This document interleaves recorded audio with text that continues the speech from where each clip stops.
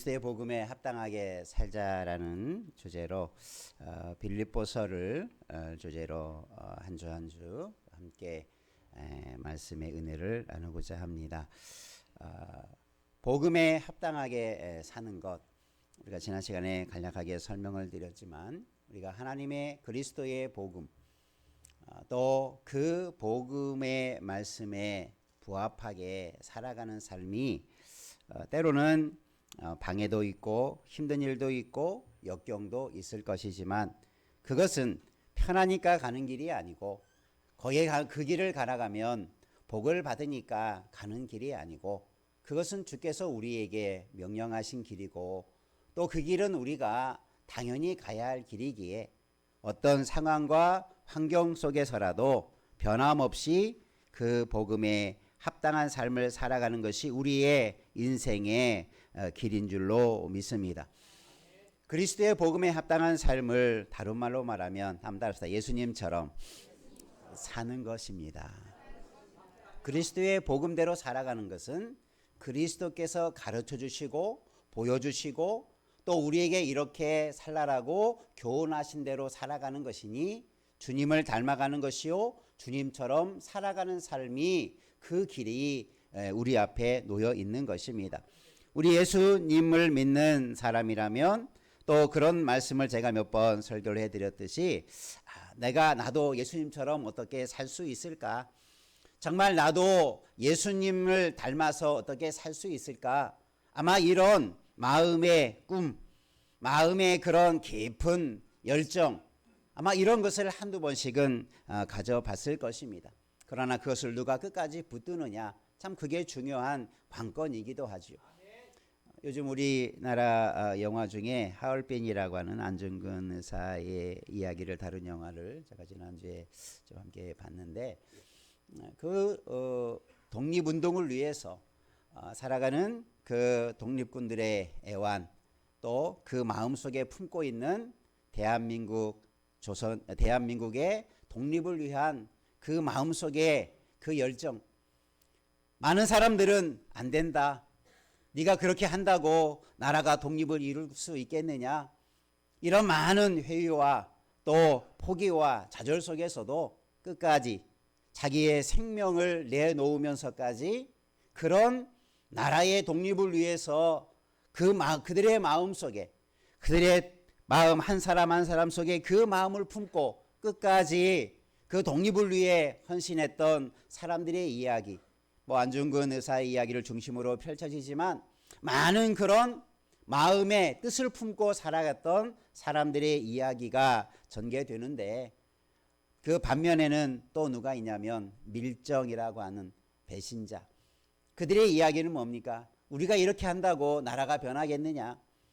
우리가 이렇게 희생하면서 우리가 이렇게 한다고 누가 알아주겠느냐?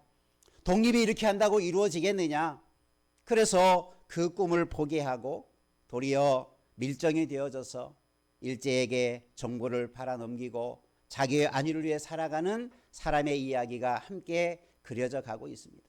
여러분, 오늘 우리는 아무리 어렵고 힘들어도 우리들이 마땅히 품어야 할 하나님의 나라의 거룩한 그 꿈들을 품고 달려가는 하나님 나라의 백성 되기를 주의 이름으로 축원합니다. 그것이 복음에 합당한 삶이에요.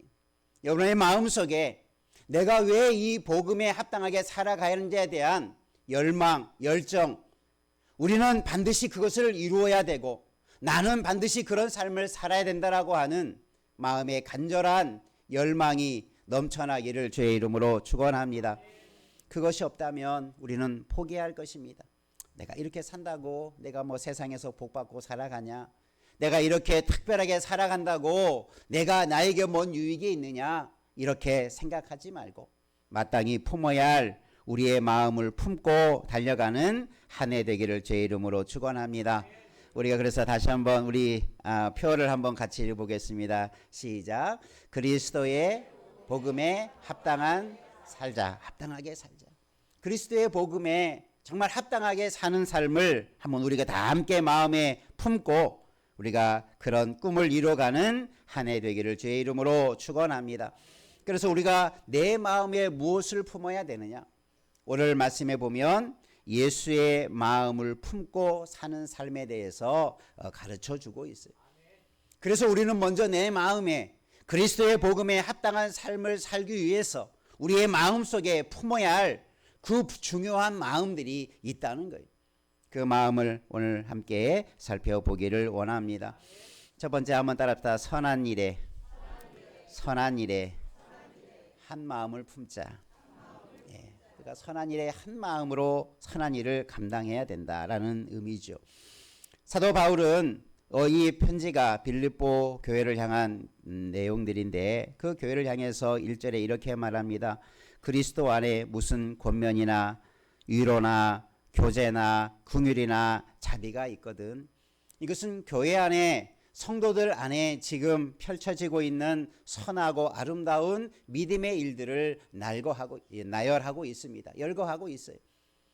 교회 안에 이런 좋은 선한 일, 위로하는 일이 있고 교제하는 일이 있고 긍휼이나 자비를 베푸는 교회로서 성도로서 아름다운 삶을 지금 실천해 가고 그런 모습이 보여가고 있는데 지금 그런 일들 속에서 어떻게 하라고 말하면 마음을 같이 하고 같은 사랑을 가지고 뜻을 합하여 한 마음을 품으라 이렇게 말씀하고 있어요.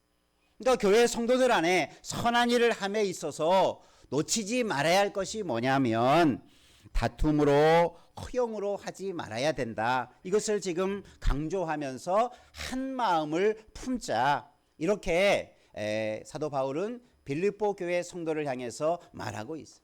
우리가 그리스도 예수의 마음을 알기 전에 먼저 우리 마음 안에 어떤 마음이 필요한가? 우리가 아무리 선한 일을 많이 하고 선한 일에 내가 집중하고 선한 일을 내가 수없이 많이 한다 할지라도 동기와 마음의 태도가 바르게 되어 있지 아니하면 그게 잘못될 수 있다는 거죠. 그것이 우리가 품어야 할 마음이 아니다면 그 일에 선한 열매가 맺어갈 수 없겠죠. 그래서 두 가지를 말하죠. 다툼이나 허용으로 하지 맙시다. 다툼이라는 것은 분쟁이나 싸움이나 마음이 갈라져 있는 상태를 표현해 주는 거죠.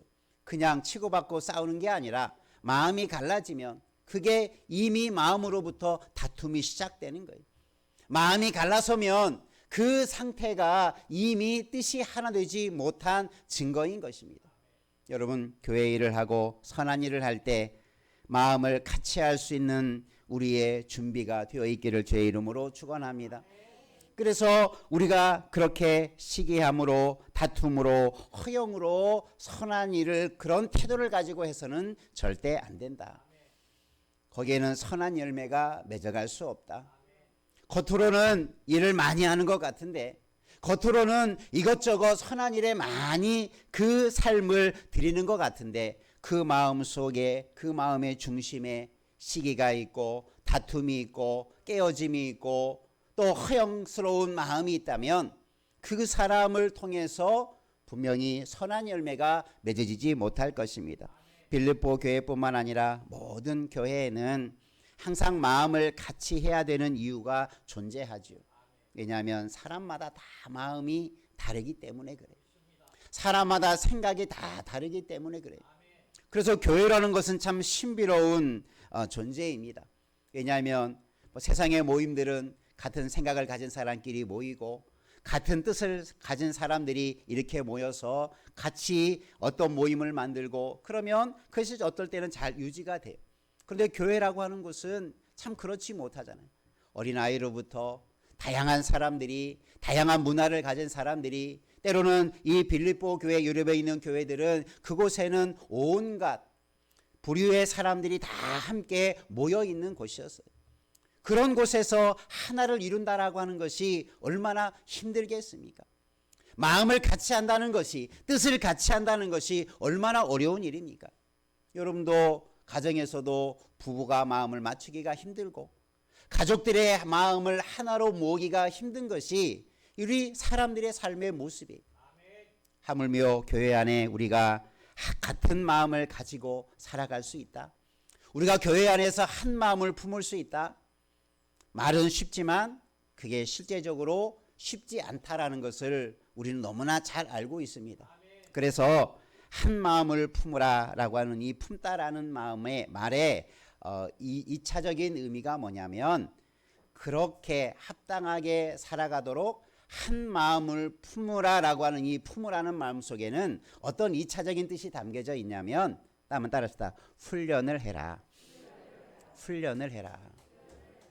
나도 당신도 모두가 다 하나 되도록 자동적으로 누구나 다 쉽게 하나 될 수 없기 때문에 훈련을 통해서 이런 마음을 만들어 가라. 이런 은유적인 뜻도 담겨져 있습니다. 그러니까 우리가 한 마음을 품으라고 할 때는 거기에 뭐가 필요하다고요? 훈련이 필요해요. 내가 이런 마음으로 나아가도록 그렇지 못하는 시기하는 마음, 다투는 마음, 갈라지는 마음들을 잘 다스려서 잘 훈련시켜서 한 마음으로 맞춰가는 일들을 훈련해야만이 이 일을 이루어갈 수 있다. 우리가 교회 안에도 그래서 다양한 신앙의 훈련을 하는 이유가 무엇입니까? 그것은 단순히 그 사람의 신앙을 세워가는 것만이 아니라 같은 신앙 안으로 훈련되어지고 자라가면 그런 사람들이 함께 세워져 가는 거예요. 학력은 다르고 문화는 다르고 살아온 배경은 달라도 함께 훈련을 통해서 복음으로 하나 되어지는 생각, 복음으로 하나 되어지는 삶, 복음으로 하나 되어지는 비전들을 이루어가게 될 줄로 믿습니다. 그래서 교회라고 하는 것은 이런 훈련과 이런 과정들을 통해서 하나 되어져 갈 수 있다. 여러분, 사람이 사람을 하나 되게 맞추는 것은 힘들지만 성령이 하나 되게 하심이 있다면 우리는 능히 마음이 하나 될 수 있고 한 마음을 이루어가게 될 줄로 믿습니다. 그게 중요한 거예요. 그래서 우리는 이런 뜻을 합하고 마음을 합하고 그래서 그리스도의 복음에 합당한 삶을 우리의 마음에 품고 함께 달려갈 때 그 사람들을 통해서 놀라운 역사가 이루어지게 될 줄로 믿습니다. 우리의 마음은 작지만 하나님은 그 뜻을 통해서 큰 역사를 이루어가게 할 줄로 믿습니다. 그 영화 이야기 잠깐 했지만 그 영화에서 그런 대사가 있습니다. 내가 이렇게 한다고 도sol의 독립, 이 대한의 독립이 이루어질 수 있을까? 그들은 알고 있었어요. 내가 죽을 수밖에 없다는 것을 알고 있었지만 그 죽음을 두려워하지 않고 그 죽음을 이겨내며 그 운동을 그 자신이 품고 있던 일들을 누군가는 해야 되는데 남에게 미루지 않고 자기가 그 일을 함으로 아마 많은 독립운동가들은 독립을 보지 못하고 많은 희생을 하고 죽음을 맞이했지만 그들의 희생과 그들의 꿈은 이루어진 줄로 믿습니다. 그 뜻이 이루어지는 거예요. 내가 그 꿈을 이루고 내가 이 꿈을 이루기 위해서 내가 살아있을 동안에 내가 이런 일을 해야 된다고 하면 아무도 하지 못했을 거예요. 그러나 내가 죽더라도 이 일을 하면 또 누군가 죽으면서까지 그 일을 감당하면 언젠가는 그 뜻이 이루어질 것이다. 여러분, 오늘 우리도 지금 당장 내 눈앞에 어떤 열매만 바라보고 주의를 하지 말고 마땅히 해야 될 일이니까 누구라도 해야 될 일이니까 그 일에 앞장서 갈 수 있는 자 되기를 주님의 이름으로 축원합니다. 우리가 지난 우리 재직 세미나에서 우리 청장 목사님이 했던 이야기 중에 어떤 이야기가 있었냐면 루퍼투스 멜데니우스라고 하는 17세기 독일의 신학자가 했던 이야기였어요. 한번 따라해 봅시다. 본질인 것에는 일치를, 비본질적인 것에는 자유를, 모든 것에는 사랑을. 본질적인 것에는 뭘 하고요? 일치를. 비본질적인 것에는 자유를, 그리고 모든 것에는 사랑을 가지고 대하면 된다.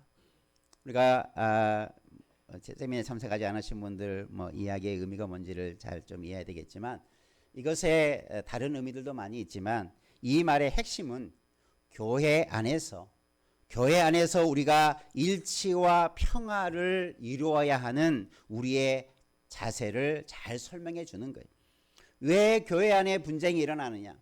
그 분쟁의 많은 것들은 본질적인 것이 아니라 비본질적인 문제 때문에 일어난다는 거예요. 교회 많은 일들이 상처를 받는 것은 본질적인 것 때문이가 아니라 비본질적인 것 때문에 상처를 받게 되고 교회가 분쟁을 내고 싸워진다는 거예요. 여러분, 우리가 본질이 뭡니까? 복음과 예수 그리스도와 십자가와 하나님의 말씀입니다. 그 본질적인 것은 우리가 어떠한 일이 있어도 일치 하나 되어 믿고 섬기며 따라가야 됩니다. 그러나 먹고 마시는 문제, 뭐 입고 노는 문제, 이 본질이 아닌 비본질적인 것에는 우리가 자유롭게 할 수 있도록 허락해 주는 자세가 교회를 세우는 데 너무나 중요한 원리다라는 거예요. 그리고 본질적인 것이든 비본질적인 것이든 이 모든 것에는 뭘 가지고 돼야 됩니까? 사랑을 가지고 돼야 된다. 이건 교회를 세우는 아주 중요한 원리가 되었습니다.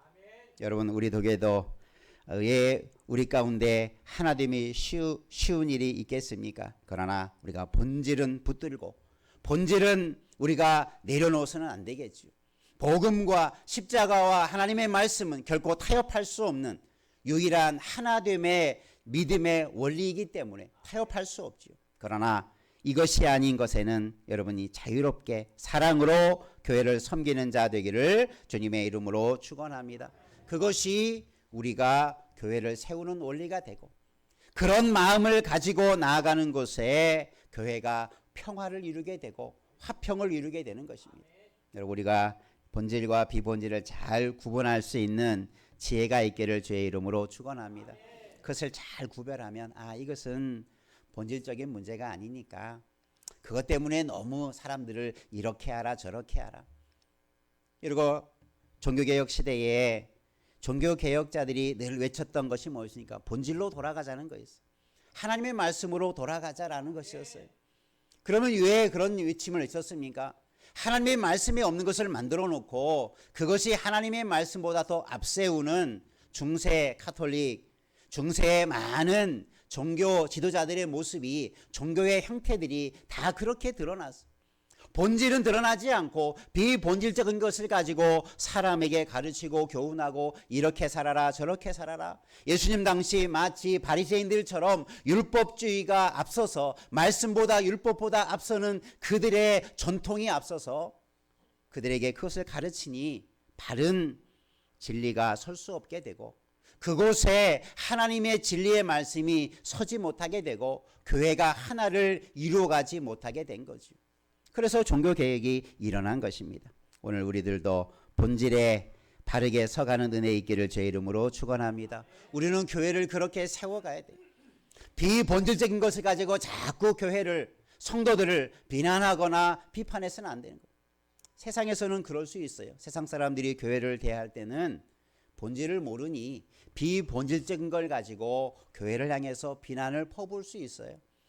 교회가 해야 될 나름대로 세상의 기준을 가지고 교회를 향하여서 그렇게 비난하고 정죄할 수는 있을지 모르지만 우리 성도들은 우리 교회는 그런 본질적인 것을 잃어버리지 않고 나아가는 것이 우리가 지켜야 할 교회를 세워가는 그리고 그것이 우리가 교회 생활을 통해서 복음에 합당하게 생활하는 자의 우리의 마음의 자세가 되어야 될 줄로 믿습니다. 다시 한번 옆에 분하고 다시다. 본질의 일치를 이루십시다. 그게 우리가 힘써야 할 가장 중요한 핵심이에요. 그것이 아닌 것은 여러분 자유하심을 누리시기를 바랍니다. 뭐 아주 오래된 그런 교회 안의 논쟁들이지만 요즘은 뭐 그렇지 않은 것 같아요. 예전에는 교회에 술을 먹고 교회가 나와서 되느냐 안 되느냐, 담배를 피우는 사람이 교회에 나와서 되느냐 안 되느냐 막 이런 거 가지고 한때 뭐 논란이 되기도 하고, 교회 안에 뭐 기타를 쳐서는 되냐 안 되냐, 드럼을 쳐면 되느냐 안 되느냐 막 이런 것 때문에 교회가 한때 막 그런 문화적인 것 때문에 좀 이렇게 논쟁이 되었던 시기가 있었어요. 아마 지금이야 여러분 이제 자유롭지 않습니까? 뭐 교회에서 드럼 친다고 누가 뭐라는 사람 없지 않습니까? 그러나 고대에는, 과거에는 교회에서 오르간 위에 피아노를 치는 것도 금했어요. 왜냐하면 피아노가 술집에서 치는 악기였거든요. 그러니까 어떻게 저 술집에서 다루는 악기가 교회 음악을 하는데 사용되느냐, 이것은 안 된다, 뭐 이런 시대도 있었어요. 여러분, 문화가 바뀔 때 본질이 아닌 것은 우리가 허용할 수도 있고 그것을 받아들일 수도 있는 거죠. 그러나 본질은 변화되지 않아야 되죠. 교회가 예수님 이후로부터 복음의 역사가 여기까지 수천 년을 달려오는 동안 이 본질은 변하지 않았기 때문에 교회가 살아있는 줄 믿습니다. 비본질이 교회를 지켜간 게 아니라 본질이 교회를 지켜가는 거예요.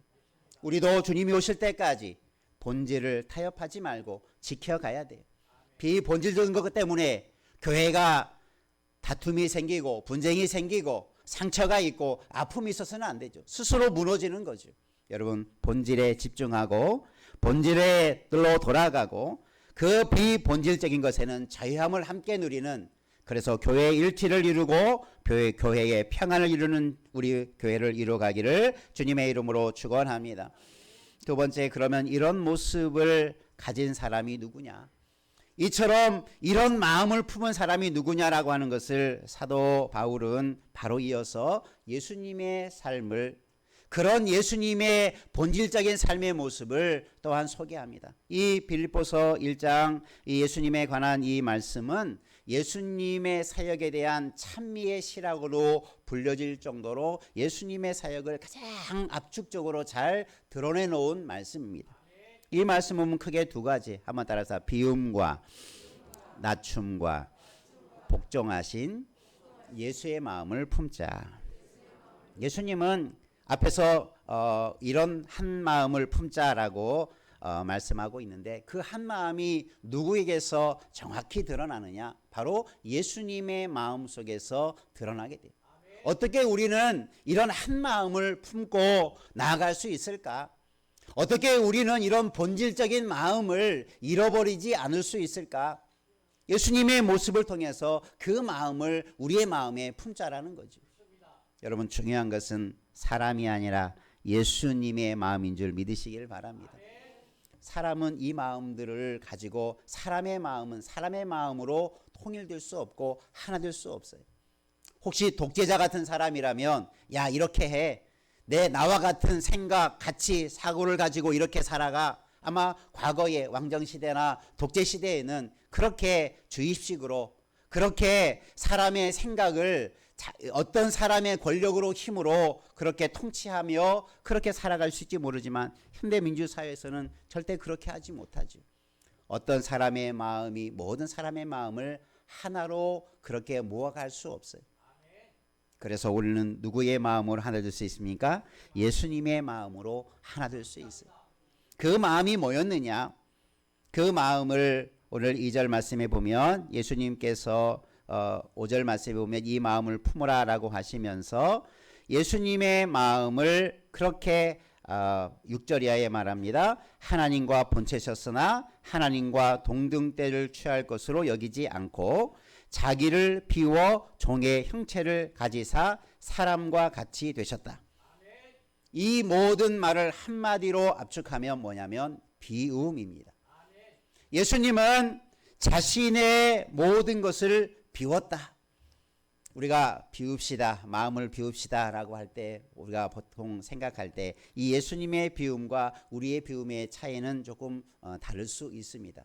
예수님이 비워야 하는 것, 우리가 비워야 하는 것 차이는 분명한 차이가 있을 수 있어요. 예수님의 비움은 뭐였습니까? 하나님과 본체시지만 동등됨을 취하지 않는, 하나님의 영광과 권세를 취하지 아니하는, 그것을 다 비워버리는 것이 예수님의 비움이었어요. 우리가 보통 사람들은 마음을 비우라라고 할 때는 우리 마음 안에 잘못된 것, 버려야 할 것, 우리 안에 품지 말아야 할 것, 그것을 비워라 이렇게 보통 많이 말씀하지 않습니까? 예수님 안에는 거짓되거나 버릴 만한 마음이 있습니까? 없습니까? 예수님 안에는 비워야 할 마음이 전혀 없어요. 잘못되고 내려놓아야 할 것들이 전혀 존재하지 않습니다. 하나님이시고 의로우시고 완전하신데 그의 마음속에 비워야 할 마음이 어디에 있습니까? 그런데 예수님은 무엇을 비우셨습니까? 마땅히 가지고 있어도 아무런 문제가 되지 않는 것까지 내려놓으시고 비우셨다는 거예요. 하나님이시지만 하나님인 것을 비워버리셨어요. 그래서 뭐가 되셨어요? 사람이 되었어요. 하나님으로서 영광과 존귀를 받으셔야 할 분이신데 그것을 비워두셨어요. 그래서 사람이 되셔서 온갖 멸시와 온갖 고난과 온갖 조롱을 다 받으셨어요. 예수님의 비움은 그런 것입니다. 그런데 사람도 예수님처럼 우리가 비워야 할 것이 선하고 아름다운 것도 있을 수 있지만 우리 안에는 주님과 같은 비움도 필요하지만 먼저는 우리 안에 거짓되고 우리 안에 잘못되고 내 마음속에 품지 말아야 할 것들이 예수님에게 없는 것들을 우리는 가지고 있어요. 우리는 먼저 그것을 비워야 될 줄로 믿습니다. 내 안에 가지고 있지 말아야 할 마음, 내 마음속에 품지 말아야 할 것들을 우리는 먼저 돌아봐야 돼요. 여러분 그것을 비워가는 은혜가 있기를 주의 이름으로 축원합니다. 그게 예수님의 마음을 닮아가는 거예요. 물론 우리도 때로는 선한 뜻이 있을 수 있고 때로는 내가 선한 마음을 가질 수도 있어요. 그런데 그 중에서도 주님의 뜻을 위한다면 주님의 마음을 닮기 원한다면 어떤 부분은 이게 잘못된 마음은 아닌데 그 마음까지도 내려놓아야 할 때가 비워야 할 때도 있음을 우리는 알아야 될 줄로 믿습니다. 많은 사람들이 그래요. 내가 잘못된 것을 내려놓아라. 야, 너 이것은 틀렸어. 그러니까 너 그것은 빨리 비워. 그러면 수긍을 해요. 왜? 잘못된 걸 아니까. 아, 그래, 내가 이 마음을 품은 것이 잘못된 생각이었구나. 인정하고 비울 수 있어요. 그런데 내가 볼 때 이것은 옳은 것 같은데 내 생각에 이것은 바른데 왜 이것을 하지 말라고 하고 왜 이것 때문에 내가 이것을 비우라고 하고 나는 하고 싶은데 하지 말라고 하는지 거기서 갈등이 생기죠.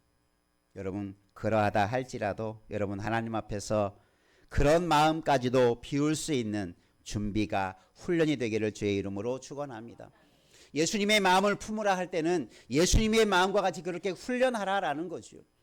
예수님이 비움에까지 우리가 완전하게 이룰 수는 없지만 예수님을 생각해 볼 때 예수님은 아무런 잘못이 없는 아무런 악이나 잘못이 없는 마음까지 그런 죄까지도 비워주셨는데 내 조금 자존심, 내가 생각하는 옳은 것, 내가 옳다라고 생각하는 그 마음, 여러분 그 마음조차도 비울 수 있는 훈련과 준비가 있기를 주의 이름으로 축원합니다. 많은 사람들이 그러다 보니까 서로 자기가 옳다고 주장하는 거죠. 내 것이 옳다, 내 것이 틀렸어. 왜 내가 옳은 것을 내려놓고 비우라고 해? 그러니까 싸움이 생기고 다툼이 생기고 서로 자기가 옳다고 주장하다 보면 그곳에 하나 되지 못하는 일들이 일어나게 되죠. 이것이 세상 일들만이 아니라 선한 일을 하는 교회 안에도 늘 존재해왔던 문제입니다. 초대교회부터 교회 안에 이런 다툼이 있었어요. 분쟁도 있었어요. 고린도 교회가 대표적인 교회였지만 고린도 교회만 그런 게 아니라 모든 교회 안에 하나 되지 못할 때 나타나는 이런 현상들이 존재하고 있었기 때문에 예수님의 마음으로 교회는 하나 될 수 있고 예수님의 마음을 품을 때 우리는 복음에 합당한 삶으로 나아가는 성도가 교회가 되게 될 줄로 믿습니다. 그래서 우리는 이런 비움과 낮춤을 실천할 수 있어야 돼요. 예수님은 그래서 비우고 낮추고 죽기까지 복종하셨다. 죽음까지도 받아들이는 예수님의 모습을 보게 되는 거죠. 그것을 우리들도 실천해 갈 수 있는 그 마음을 받으시기를, 그 마음을 품으시기를 주의 이름으로 축원합니다. 예수님이 추구하신 삶은 최초의 인간이었던 아담의 삶과는 정반대되는 삶으로 나아가죠. 아담은 하나님과 같이 되려는 그런 자만과 교만의 마음이 그의 마음속에 품었어요. 그것이 죄악이고 불순종으로 나타났다면 예수님은 철저히 낮아지심으로 철저히 비움을 통해서 하나님의 뜻을 이루는 자가 되었다라는 것을 첫째 아담과 둘째 아담이신 예수님과의 정확한 삶의 모습을 통해서 우리가 성경을 통해서 알 수 있는 거지 않습니까? 여러분 주님을 닮으시기를 바랍니다. 그런데 안타깝게도 우리 안에는 아담의 그 범죄한 부패한 심성들이 남아있는 게 문제죠. 예수님처럼 살고 싶지만 아담처럼 살고 있어요. 예수님처럼 예수님의 마음을 품고 싶지만 내 마음에 아담의 마음을 품고 있다면 어찌 우리의 삶이 이런 열매가 있을 수 있겠습니까? 한번 옆에 분하고 다짐합시다. 아담의 마음이 아닌 예수님의 마음을 품으십시다. 그쵸? 이 아담의 마음은 다른 마음이 아니고 우리의 정욕이라고 하는 거예요. 우리 인간의 본성 속에 안겨있는 악한 심성들을 말해요. 악한 마음들을 말해요. 우리 이 마음들을 예수의 마음으로 이겨내기를 주의 이름으로 축원합니다. 그럴 때 우리는 복음에 합당하게 사는 자가 되는 거예요. 이 마음을 잃어버리지 않을 때 이 마음을 통해서 하나님은 놀라운 역사를 우리 가운데 이루어가게 하실 줄로 믿습니다. 그러니까 우리는 이 두 사이에 갈등이 있죠. 이 두 사이에 싸움이 있어요. 아담이 가졌던 마음과 예수님이 가졌던 마음 사이에 늘 갈등을 가질 때마다 여러분의 마음이 주님의 마음으로 채워져 가고 이겨내가는 놀라운 역사를 우리가 함께 이루어가기를, 그렇게 훈련하고 그렇게 만들어가는 은혜가 있기를 주의 이름으로 축원합니다. 그래서 한 해 동안 여러분 복음에 합당하게 살아가도록 여러분 다른 것 많이 기억하지 못해도 예수님의 마음을 품자. 예수님의 마음을 가지고 한번 살아가 보자. 그곳에 놀라운 열매가 있게 될 줄로 믿습니다. 그러면 왜 예수님은 비우고 낮추고 죽기까지 복종하셨을까? 예수님은 무슨 유익이 있다고, 어떤 목적을 가지고 과연 그런 삶을 사셨을까? 그냥 비우고 그냥 낮추고 그냥 죽으면 무의미한 삶이겠죠. 힘이 없어서 어떻게 할 수 없어서 혹은 자의적으로 했다 할지라도 그 열매가 없다면, 그 삶의 열매가 없다면 그 삶이 얼마나 허무하게 느껴질 수 있겠습니까? 그러나 하나님은 분명하게 오늘 말씀에서 가르쳐주고 있어요. 예수님의 비움과 낮춤과 죽기까지 복종하심은 그것을 주님께서 보시고 뭐라고 말합니까? 9절에 이러므로 예수님이 비움과 낮춤과 복종의 삶을 사심으로 그걸 말하고 있어요. 예수님의 마음을 주님께서 보시고 뭐라고 말합니까? 하나님이 그를 지극히 높여 모든 이름 위에 뛰어난 이름을 주시고 모든 자들의 무릎을 예수의 이름에 꿇게 하시고 모든 입으로 예수를 주로 시인하게 하나님께 영광을 돌리게 하셨다. 이게 예수님의 마음을 품고 살아갈 때 하나님이 주시는 열매요 역사입니다. 예수님이 그것을 아셨기 때문에 자신은 철저하게 비울 수 있었고 낮출 수 있었고 죽으실 수 있었어요. 왜요? 그 삶이 모든 사람들을 살리는 길이었기 때문이지. 모든 사람으로 하여금 예수의 이름 앞에 무릎을 꿇게 하는 최후의 승리를 가져다주는 길임을 주님은 아셨기 때문에 그 일을, 그 삶을 사셨던 것입니다. 여러분, 누군가 이렇게 살아야 돼, 우리 예수 믿는 사람은 이렇게 하고 저렇게 해야 돼 라고 말하면 그 목적과 이유를 모르면 그 삶이 공허하게 되죠. 이유도 모른 채 따라가야 되고 목적도 모른 채 뭔가를 해야 된다면 얼마나 그 일이 힘들고 무겁고 어려운 일이겠습니까? 그러나 하나님의 일에는 목적이 있고 다 이유가 있고 뜻이 있는 줄로 믿습니다. 하나님이 뜻없이 우리에게 뭔가를 요구하는 것은 아무것도 없어요. 그 마지막 하나님의 뜻이 뭡니까? 최후의 하나님의 가장 영광스러운 뜻은 바로 하나님 앞에 많은 사람들이 돌아오는 거예요. 우리가 복음에 합당하게 살아갈 때에 우리의 모습을 통해서, 예수님을 통해서 그렇게 하셨듯이 하나님은 우리를 통해서 모든 사람들이 예수를 구주로 고백하는 자가 일어나게 될 것이고 모든 이방 사람들이 예수의 이름 앞에 무릎 꿇는 열매가 있게 될 것이고, 그래서 모든 사람들이 하나님 앞에 영광 돌리는 일들을 이루어가게 하시는 하나님, 우리는 그 하나님을 믿음으로 이 삶을 살아가기를 주의 이름으로 축원합니다. 예수의 마음을 품고 살아갈 때 이런 열매가 반드시 일어나게 될 줄로 믿습니다. 예수의 마음을 품고 살아갈 때 우리는 그것이 그리스도의 복음에 합당한 삶이 되어 그 복음의 열매가 우리 가운데 맺어질 것을 확신하시기를 바랍니다. 아까 영화 이야기로 돌아가면 내 때가 그것이 이루지 못한다 할지라도 그 영광의 일들이 내 삶 가운데 직접 다가오지 않는다 할지라도 그것은 반드시 이루어질 줄로 믿고 우리가 그 마음을 품고 예수님의 마음을 품고 그 예수님이 주시는 그 열정을 품고 우리가 주님을 따르는 그래서 그리스도의 복음에 합당한 삶을 살아가는 우리의 삶이 올해부터 더 넘쳐나는 역사가 있기를 주님의 이름으로 축복합니다. 기도하겠습니다. 살아계신 아버지 하나님, 하나님은 우리가 예수의 마음을 품고